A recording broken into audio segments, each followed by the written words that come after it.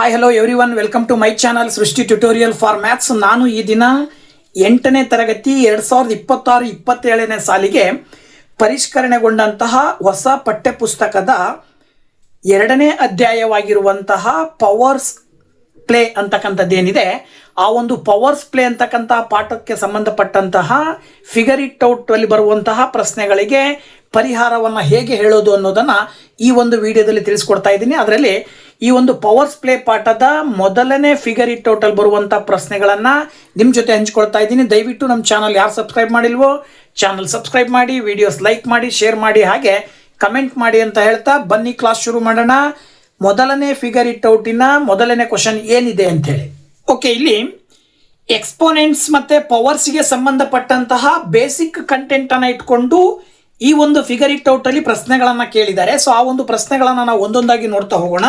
ಮೊದಲನೇದಾಗಿ express the following in exponential form ಅಂತಿದೆ. ಅಂದ್ರೆ ಕೆಳಗಿನ ಈ ಒಂದು ಸಂಖ್ಯೆಗಳು ಗುಣಲಬ್ಧದ ರೂಪದಲ್ಲಿ ಇದಾವೆ, ಪ್ರಾಡಕ್ಟ್ ಫಾರ್ಮ್ ಅಲ್ಲಿ ಇದಾವೆ. ಈ ಪ್ರಾಡಕ್ಟ್ ಫಾರ್ಮ್ ಅಲ್ಲಿ ಇರುವಂತಹ ಸಂಖ್ಯೆಗಳನ್ನ ನಾವು ಎಕ್ಸ್ಪೋನೆನ್ಷಿಯಲ್ ಫಾರ್ಮ್ ಅಲ್ಲಿ ಬರಿಬೇಕಾಗತ್ತೆ. ಹೇಗೆ ಇದನ್ನ ಎಕ್ಸ್ಪೋನೆನ್ಷಿಯಲ್ ಫಾರ್ಮ್ ಅಲ್ಲಿ ಬರೆಯೋದು ಅಂತಕ್ಕಂಥದ್ದನ್ನ ಒಂದೊಂದಾಗಿ ನೋಡ್ತಾ ಹೋಗೋಣ. ನೋಡಿ, ಫಸ್ಟ್ ಕ್ವಶನ್ ಏನ್ ಕೊಟ್ಟಿದ್ದಾರೆ, 6 × 6 × 6 × 6 ಕೊಟ್ಟಿದ್ದಾರೆ. ವೆರಿ ಸಿಂಪಲ್, ನೀವೇನ್ ಮಾಡ್ಬೋದು, 6 × 6 × 6 ಅಂತ ಹೇಳಿದ್ರೆ 4 ಬಾರಿ 6 ಅನ್ನ ಮಲ್ಟಿಪ್ಲೈ ಮಾಡ್ತಾ ಇದೀವಿ ಅಂತ ಅರ್ಥ. ಅಂದ್ರೆ ಅಲ್ಲಿಗೆ 6 ಈಸ್ ಮಲ್ಟಿಪ್ಲೈಡ್ ಬೈ 4 ಟೈಮ್ ಆಗಿರೋದ್ರಿಂದಾಗಿ ನಾವು ಈ 6 ಅನ್ನ ನಾವು ಬೇಸ್ ಅಂತೇಳಿ ಬರ್ಕೊಳ್ಬೇಕು. ಏನಂತ ಬರ್ಕೋಬೇಕು, ಬೇಸ್. ಈ 6 ಅಂತೇಳಿ ಬೇಸ್ ಬರ್ಕೊಂಡು ಅದ್ರ ಮೇಲ್ಗಡೆ ಈ ಭಾಗದಲ್ಲಿ ನಾವು ಪವರ್ ಬರಿತೀವಿ. ಈ ಪವರ್ ಅನ್ನ ಬರಿಬೇಕಾದ್ರೆ ನಂಬರ್ ಆಫ್ ಸಿಕ್ಸಸ್ ಎಷ್ಟು ಬಾರಿ ನಾವು ಮಲ್ಟಿಪ್ಲೈ ಮಾಡ್ತಾ ಇದೀವಿ ಕೌಂಟ್ ಮಾಡಿ ಅದನ್ನ ಮೇಲ್ಗಡೆ ಬರಿಬೇಕು. ಅಂದ್ರೆ 6/4 ಅಂತ ಹೇಳಿ. ಈ ರೀತಿನಲ್ಲಿ ಸುಲಭವಾಗಿ ನೀವು ಪ್ರತಿಯೊಂದ್ರದ್ದು ಕೂಡ ಆನ್ಸರ್ ಹೇಳ್ಬೋದು. ನೋಡಿ, ಇದೇನಾಗತ್ತೆ, y × y ಅಂತ ಹೇಳಿದ್ರೆ y/2 ಆಗುತ್ತೆ. ಇದನ್ನು ಓದಬೇಕಾದ್ರೆ y/2 ಅಂತ ಕರಿತೀವಿ, ಅಥವಾ y⁻2 ಎರಡು ರೀತಿನಲ್ಲೂ ಕೂಡ ಹೇಳ್ಬೋದು. Number of y, product of y ಎಷ್ಟಿದಾವೆ ಅಂದ್ರೆ ಇಲ್ಲಿ ಪ್ರಾಡಕ್ಟ್ ಆಫ್ y 2 ಬಾರಿ ಇರೋದ್ರಿಂದಾಗಿ y ನ 2 ಟೈಮ್ ನಾವು ಮಲ್ಟಿಪ್ಲೈ ಮಾಡ್ತಾ ಇರೋದ್ರಿಂದಾಗಿ y² ಅಂತ ಹೇಳಿ ಬರಿತೀವಿ.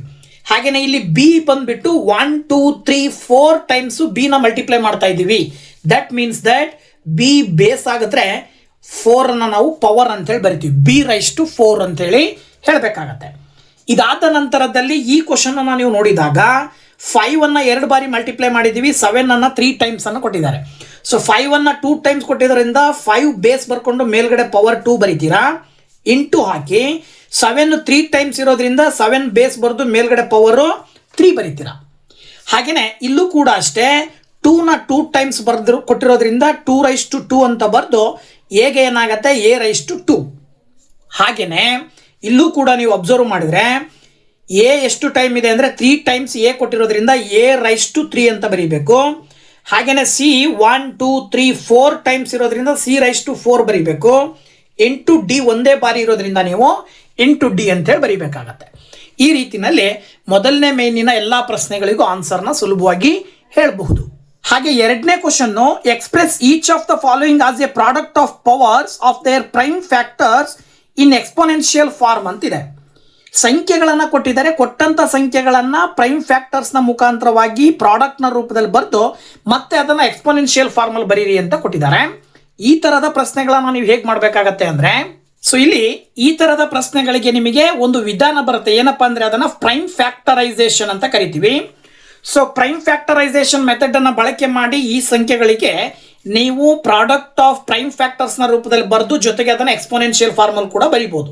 ಹೇಗೆ ಅಂತ ನೋಡ್ತಾ ಹೋಗೋದಾದ್ರೆ, ಮೊದಲನೇದಾಗಿ 648 ಅನ್ನ ತಗೊಂಡು ಈ ರೀತಿನಲ್ಲಿ ನೀವು ಲೈನ್ ಹಾಕೊಂಡು ಇಲ್ಲಿ ಪ್ರೈಮ್ ನಂಬರ್ಸ್ ಅನ್ನ ತಗೊಂಡು ಒಂದೊಂದೇ ಪ್ರೈಮ್ ನಂಬರ್ಸ್ ಇಂದ 648 ಅನ್ನ ಡಿವೈಡ್ ಮಾಡ್ತಾ ಹೋಗ್ಬೇಕು. ಅದ್ರ ಪ್ರಕಾರ ಈ 8 ಬಿಡಿ ಸ್ಥಾನದಲ್ಲಿ 8 ಇರೋದ್ರಿಂದಾಗಿ, ಯೂನಿಟ್ ಪ್ಲೇಸ್ ಅಲ್ಲಿ 8 ಇರೋದ್ರಿಂದಾಗಿ ನೀವು ಮೊದಲನೇದಾಗಿ 2 ತಗೊಳ್ಬೇಕು. 2ರಿಂದ 648 ಅನ್ನ ನೀವು ಭಾಗಾಕಾರ ಮಾಡಿದ್ರೆ 2 3s 6 ಬರುತ್ತೆ, 2 2s 4 ಬರುತ್ತೆ, 2 4s 8 ಬರುತ್ತೆ. ಇದೇ ರೀತಿ ಮತ್ತೆ 2ರಿಂದ ನೀವು 324 ಅನ್ನ ನೀವು ಡಿವೈಡ್ ಮಾಡ್ತಾ ಹೋಗ್ರಿ. ಯಾಕೆ ಅಂದ್ರೆ ಇಲ್ಲಿ ನೀವು 8 ಇರೋದ್ರಿಂದಾಗಿ, ಇಲ್ಲಿ 4 ಇರೋದ್ರಿಂದಾಗಿ ಮತ್ತೆ ನೀವು 2 ಪ್ರೈಮ್ ನಂಬರ್ ಆಗಿ ಕನ್ಸಿಡರ್ ಮಾಡಬಹುದು.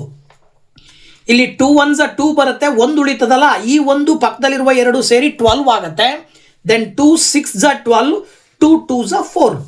ಮತ್ತೆ 2 ಬಂದಿರೋದ್ರಿಂದ ಮತ್ತೊಂದು ಬಾರಿ ನೀವು 2 ದಿಂದ ಮಲ್ಟಿಪ್ಲೈ ಮಾಡಿದ್ರಿ ಅಂದ್ರೆ 2 8s 16, 2 1s 2. ಈಗ ಯೂನಿಟ್ ಪ್ಲೇಸಲ್ಲಿ 1 ಇರೋದ್ರಿಂದಾಗಿ it can not be divided by 2. So that the next prime number of the 2 is, ಅಂದರೆ ಪ್ರೈಮ್ ನಂಬರ್ 2ರ ನಂತರದ್ದು ಯಾವುದಪ್ಪ ಅಂತ ಹೇಳಿದ್ರೆ ದಟ್ ಈಸ್ 3. ಸೊ 3 ದಿಂದ ನೀವು ಸುಲಭವಾಗಿ ಇದನ್ನು ಡಿವೈಡ್ ಮಾಡಬಹುದು. 3 ದಿಂದ ನೋಡಿ ಇಲ್ಲಿ 3 2s 6 ಬಂದರೆ 2 ಉಳಿತದೆ, 3 7s 21 ಬರುತ್ತೆ. ಆಸ್ ಇಟ್ ಈಸ್ ಮತ್ತೆ ನೀವು 3 ದಿಂದ 27 ಅನ್ನು ನೀವು ಡಿವೈಡ್ ಮಾಡಬಹುದು, 3 9s 27 ಬರುತ್ತೆ. ಹಾಗೆ ನೆಕ್ಸ್ಟ್ ಸ್ಟೆಪ್ಪಲ್ಲಿ 3 3s 9 ಬಂದರೆ 3 1s. ಈಗ ನೀವು 648 ಅನ್ನು ನೀವು ಸುಲಭವಾಗಿ ಪ್ರಾಡಕ್ಟ್ ಆಫ್ ಪ್ರೈಮ್ ಫ್ಯಾಕ್ಟರ್ಸ್ನ ರೂಪದಲ್ಲಿ ಬರೆಯೋದಾದರೆ 2 ಇಂಟು 2 ಇಂಟು 2 3 ಬಾರಿ 2 ಬಂದಿದೆ. ಹಾಗೆಯೇ 3 ಇಂಟು 3 ಇಂಟು 3 ಇಂಟು 3 ಅಂತೇಳಿ 4 ಬಾರಿ 3 ಬಂದಿದೆ. ನೀವು 3 ಟೈಮ್ಸ್ 2 ಇರೋದ್ರಿಂದ 2ಗೆ ಪವರ್ ಬರೀತೀರಾ 3 ಅಂಥೇಳಿ. 3 ಎಷ್ಟು ಟೈಮ್ ಇದೆ? 4 ಟೈಮ್ಸ್ ಇರೋದ್ರಿಂದಾಗಿ 3ಗೆ ಪವರ್ 4 ಬರೀತೀರಾ.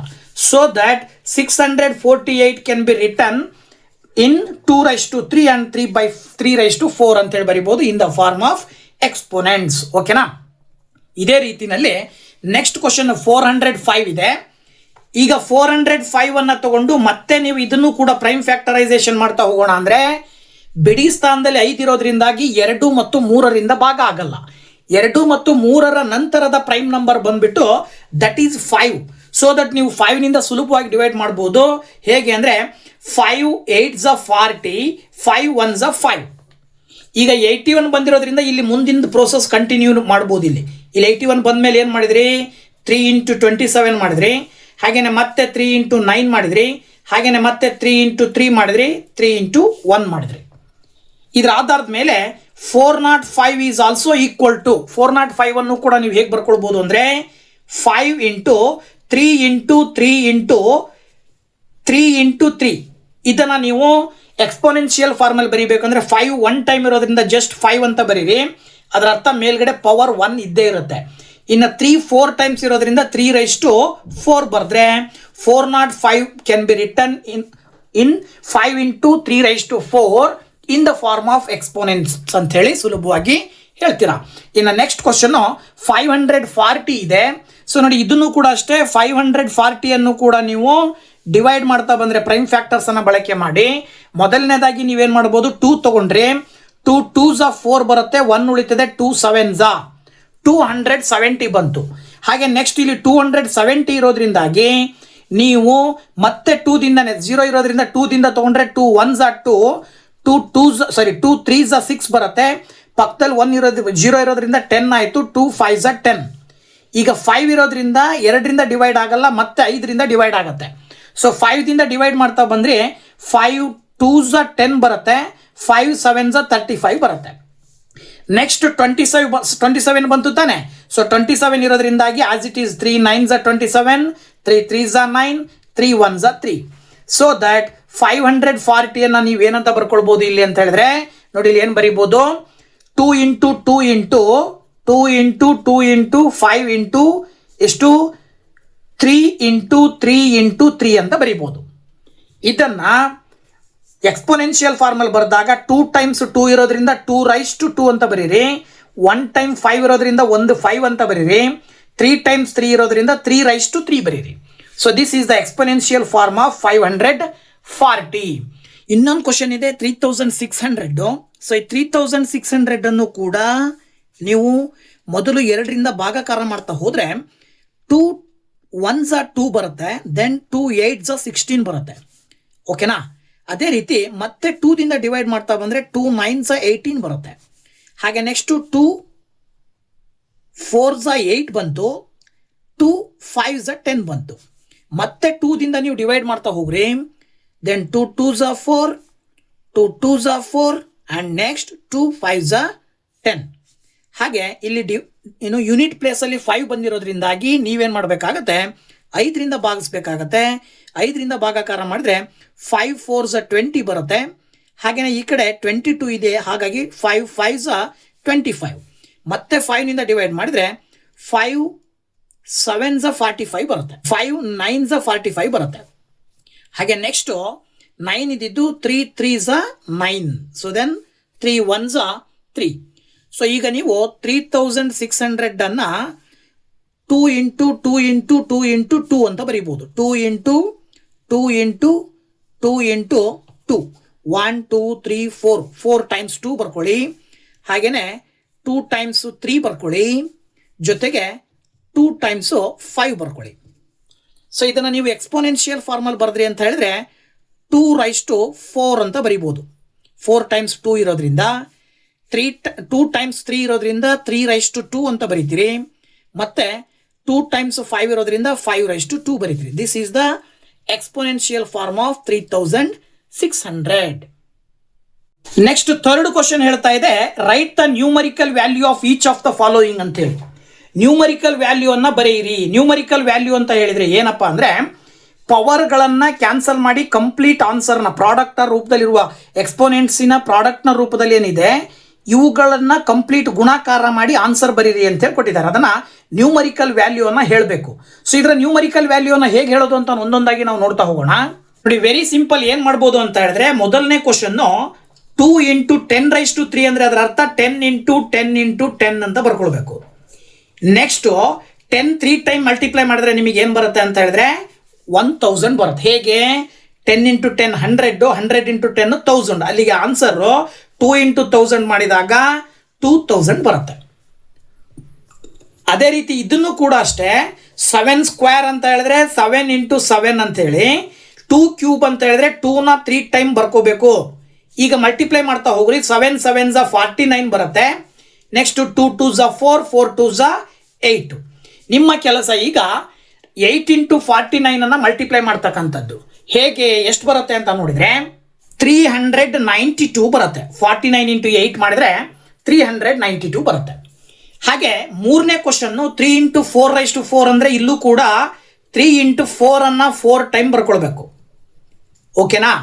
ಈಗ 3 ಇಂಟು 4 ಅನ್ನ 4 ಟೈಮ್ ಮಲ್ಟಿಪ್ಲೈ ಮಾಡ್ತಾ ಬಂದ್ರೆ 4 4 16 ಬರುತ್ತೆ. 16 4 64 ಬರುತ್ತೆ. 64 4 ಮಾಡ್ರೆ 256 ಬರುತ್ತೆ. ಈಗ 256 ಇಂಟು 3 ಮಲ್ಟಿಪ್ಲೈ ಮಾಡಿದಾಗ 3 6 12 ಬರುತ್ತೆ. 1 ಕ್ಯಾರಿ ಮಾಡ್ತೀರಾ. ಹಾಗೇನೆ 3 5 15 ಬರುತ್ತೆ. ಪ್ಲಸ್ 1 ಮಾಡಿದ್ರೆ 16 ಆಯಿತು. ಮತ್ತೆ 1 ಕ್ಯಾರಿ. 3 2 6 ಪ್ಲಸ್ 1 ಮಾಡಿದ್ರೆ 7 ಬರುತ್ತೆ. ಅಂದ್ರೆ ಅದರ ಅರ್ಥ 762 ಬರುತ್ತೆ. ಅದೇ ರೀತಿನಲ್ಲಿ ಇಲ್ಲಿ ನೋಡ್ರಿ, ನೀವು -3 ಅನ್ನ 2 ಬಾರಿ ಬರ್ಕೊಳ್ಬೇಕು. ಹಾಗೇನೆ -5 ಅನ್ನ 2 ಬಾರಿ ಬರ್ಕೊಳ್ಬೇಕು. ಇಲ್ಲಿ ಸೈನ್ ಇದೆ, ಸೈನ್ ಕಡೆ ನಿಮ್ಮ ಕಾನ್ಸಂಟ್ರೇಷನ್ ಕೊಡಬೇಕಾಗತ್ತೆ. ಮೈನಸ್ ಇಂಟು ಮೈನಸ್ ಪ್ಲಸ್ ಆಗುತ್ತೆ. 3 ಇಂಟು 3 9 ಬರುತ್ತೆ. ಇಲ್ಲೂ ಅಷ್ಟೇ ಮೈನಸ್ ಇಂಟು ಮೈನಸ್ ಪ್ಲಸ್ ಆಗುತ್ತೆ. 5 5 25 ಬರುತ್ತೆ. ಸೊ 25 ಇಂಟು 9 ಮಲ್ಟಿಪ್ಲೈ ಮಾಡಿದ್ರಿ ಅಂತ ಹೇಳಿದ್ರೆ ನೀವು 225 ಬರುತ್ತೆ. ಎಷ್ಟು ಬರುತ್ತೆ ಆನ್ಸರ್? 225. ಇದಾದ ನಂತರ ಫಿಫ್ತ್ ಕ್ವಶನ್ 3⁻² ಇಂಟು 10⁻⁴ ಕೊಟ್ಟಿದ್ದಾರೆ. ಇದನ್ನು ಕೂಡ ನ್ಯೂಮರಿಕಲ್ ವ್ಯಾಲ್ಯೂ ಬರೆಯೋದಾದ್ರೆ 3 into 3 into 10 into 10 into 10 into 10. ಓಕೆನಾ? 4 ಟೈಮ್ ಬರ್ಕೊಳ್ಬೇಕು. 3 ಇಂಟು 3 ಮಾಡಿದ್ರೆ 9 ಬರುತ್ತೆ. ಇಲ್ಲಿ ನೀವು ಮೇಲ್ಗಡೆ 10 ಅನ್ನ 3 ಟೈಮ್ ಮಲ್ಟಿಪ್ಲೈ ಮಾಡಿದ್ರೆ 1000 ಬರುತ್ತಲ್ಲ, ಅದೇ ರೀತಿ 10 4 ಟೈಮ್ ಮಲ್ಟಿಪ್ಲೈ ಮಾಡಿದ್ರೆ 10,000 ಬರುತ್ತೆ. ಇದು ಸಿಂಪಲ್. ಸೊ 10,000 ಇಂಟು 9 ಮಾಡಿದ್ರೆ ನೀವು ಇದನ್ನ ಆನ್ಸರ್ ಆಗಿ ಏನು ಹೇಳ್ಬೋದು ಅಂದ್ರೆ 90,000 ಅಂತೇಳಿ ಸುಲಭವಾಗಿ ಬರಿತೀರಾ. ಇದಾದ ನಂತರದಲ್ಲಿ ಕೊನೆಯ ಕ್ವಶನ್ ಬಂದ್ಬಿಟ್ಟು -2⁻5 ಅಂದ್ರೆ -2 ಅನ್ನ ನೀವು 5 ಟೈಮ್ ಬರ್ಕೊಳ್ಬೇಕು. ಓಕೆನಾ? -2ನ 5 ಟೈಮ್ ಬರ್ಕೊಂಡು -10 ಅನ್ನ 6 ಟೈಮ್ ಬರ್ಕೊಳ್ಬೇಕು. -10 into -10 into -10 into -10 1 2 3 4 into -10 into -10 1 2 3 4 5 6. ಓಕೆನಾ? ಇಲ್ಲೂ ಕೂಡ ಚಿಹ್ನೆಯನ್ನು ಮಲ್ಟಿಪ್ಲೈ ಮಾಡ್ತಾ ಬಂದರೆ minus into minus plus, plus into minus minus, minus into minus plus, plus into minus minus ಬಂತಿದ್ದು. ಇದಾದ ನಂತರ ಎಲ್ಲ ನಂಬರ್ಸನ್ನು ಮಲ್ಟಿಪ್ಲೈ ಮಾಡ್ತಾ ಬನ್ನಿ. 2 2 4, 4 2 8, 8 2 16, 16 2 32 ಬರುತ್ತೆ. ಓಕೆನಾ? ಇಂಟು ಇಲ್ಲೂ ಕೂಡ ಚಿಹ್ನೆಗಳನ್ನು ಮಲ್ಟಿಪ್ಲೈ ಮಾಡ್ತಾ ಬಂದರೆ ಮೈನಸ್ ಇಂಟು ಮೈನಸ್ ಪ್ಲಸ್ ಆಗುತ್ತೆ, ಪ್ಲಸ್ ಇಂಟು ಮೈನಸ್ ಮೈನಸ್ ಆಗುತ್ತೆ, ಮತ್ತೆ minus into minus plus, plus into minus minus, minus into minus plus. ಇಲ್ಲಿ 10 6 ಟೈಮ್ ಇರೋದ್ರಿಂದ ವೆರಿ ಸಿಂಪಲ್. ನೀವೇನು ಮಾಡಬೇಕು ಅಂತ ಹೇಳಿದ್ರೆ 1 ಪಕ್ಕ 6 ಜೀರೋಸನ್ನು ಹಾಕ್ರಿ. ಓಕೆ, ಇದ್ರ ವ್ಯಾಲ್ಯೂ ಇಷ್ಟು ಬರುತ್ತೆ. ಇಲ್ಲಿ ಮೈನಸ್ ಇಂಟು ಪ್ಲಸ್ ಮಾಡಿದ್ರಿಂದಾಗಿ ನಿಮಗೆ ಚಿಹ್ನೆ ಮೈನಸ್ ಬರುತ್ತೆ. 32ನ ಇದರಿಂದ ಗುಣಾಕಾರ ಮಾಡಿದರೆ ಇದು ಇಂಟು ಆ್ಯಕ್ಚುಲಿ, ಸೊ ಇದು ಪ್ಲಸ್ ಅಲ್ವಾ. ಸೊ ಈಗ ನೀವು ಇದನ್ನು ಗುಣಾಕಾರ ಮಾಡಿದ್ರಿ ಅಂತ ಹೇಳಿದ್ರೆ -32 ಮುಂದೆ 6 ಸೊನ್ನೆಗಳನ್ನು ಹಾಕಬೇಕಾಗತ್ತೆ. 1 2 3 4 5 6.